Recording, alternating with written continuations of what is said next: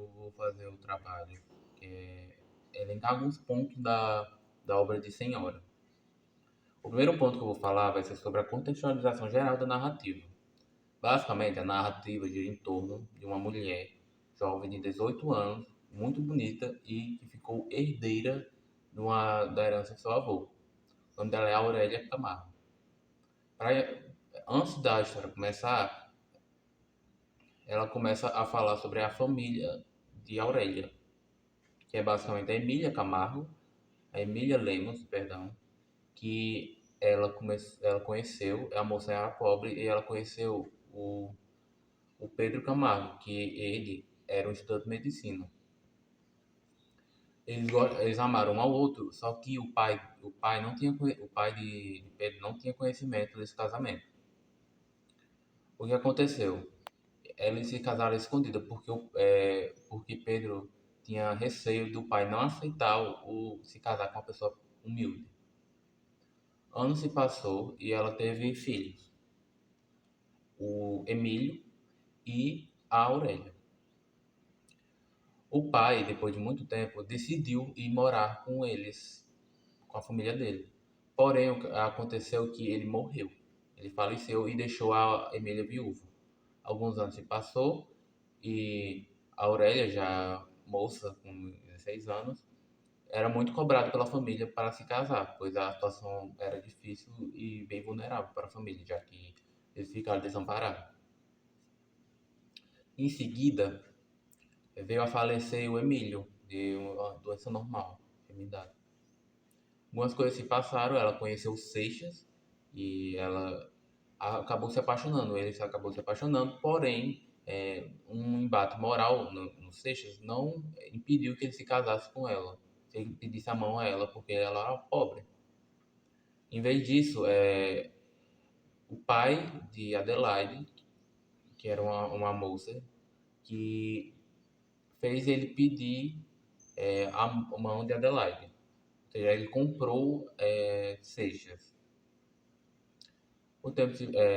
Depois, o avô de Aurélia veio à procura da esposa de Pedro e da filha e legitimou o casamento.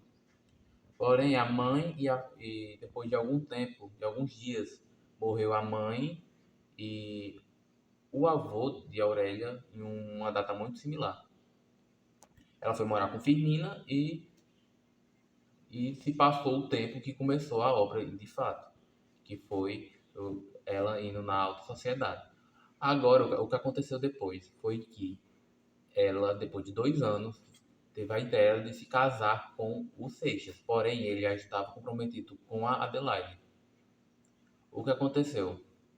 Ele não. Ela basicamente tem um plano para se casar com Seixas, que é basicamente pedir o seu tio Lemos, que agora cuida da herança de Aurélia, pedir para ele comprar o Seixas, só que sem saber que era ela. Ele comprou por R$ 100.000 com um adiantamento de 20.000. E foi assim que eles se casaram, sem um conhecer o outro. Ele, depois que percebeu isso, ficou consternado, porque ele se sentiu realmente usado e comprado. Ou seja, apesar dele gostar da Aurélia, a mente dele foi abalada com isso. A honra dele foi prejudicada. Meio que, depois da metade do livro, a história se passa ele tendo a vivência dele durante um ano. E diversos acontecimentos, meio da vida de casal dele, foi se passando. Até que, depois de quase um ano, ele decide vender, ele decide comprar sua liberdade. O que ele fez? Ele estava juntando dinheiro a todo esse tempo para poder pagar os 20.000 que ele usou, para poder conseguir a liberdade dele. Logo depois disso, depois de ele dissolver o casamento, Aurélia se ajoelhou aos pés dele e, e se confessou o amor que tinha por ele. E meio que é assim que acaba, quando ele entender que eles vão se casar novamente, agora realmente se amando. Agora o segundo tópico. Eu vou falar agora sobre o estabelecimento de vínculos afetivos entre os personagens. Basicamente existem vários durante a obra. Bem, no núcleo de Aurélia, que é o mais importante do vínculo afetivo, tem a dona Firmina, que foi ela que acolheu a Aurélia, bem que se viu como uma mãe, uma dona de casa para a Aurélia, quando ela se desenvolvia. Basicamente tendo uma relação de mãe, então, de uma cuidadora. O outro núcleo foi, outra pessoa foi o Sr. Lemos, que tinha um papel mais financeiro na vida de Aurélia, já que ela não podia, já que ela era menor de idade, ela não podia ter posse do seu dinheiro ainda. Ou seja, ele tinha essa relação de poder mútuo, porque um tinha o dinheiro legítimo, que era a Aurélia, e o outro tinha a manutenção e posse dele, que era o Sr. Lemos. O, e o Seixas, que é o mais importante aqui, que é o amor da vida dela. Mas o que aconteceu? Quando ela era pobre, eles até gostavam um do outro, só que Seixas era uma pessoa que era muito gananciosa e acaba que isso influenciou no relacionamento deles, podendo que ele se distanciou e não negou a que ele negou a mão dela. Só que quando eles se casaram, as coisas a função se inverteu. Basicamente, ela ficou com o poder da escolha e da posse dele. Basicamente, foi uma subversão dessa ideia. Isso se perdurou até o final da obra, onde ela se ajoelha a ele e tem um final feliz, com essa volta à submissão. Agora o ponto 3: a relação entre os acordos financeiros e vínculos afetivos. O interessante dessa obra é que ele é repleto dessa dualidade de relacionamento financeiro com afetivo. Como o senhor lembra, já dito anteriormente, que ele tem uma relação. Ele, apesar de dar a entender que ele tinha um desejo sexual por ela, ele também tinha essa parte financeira.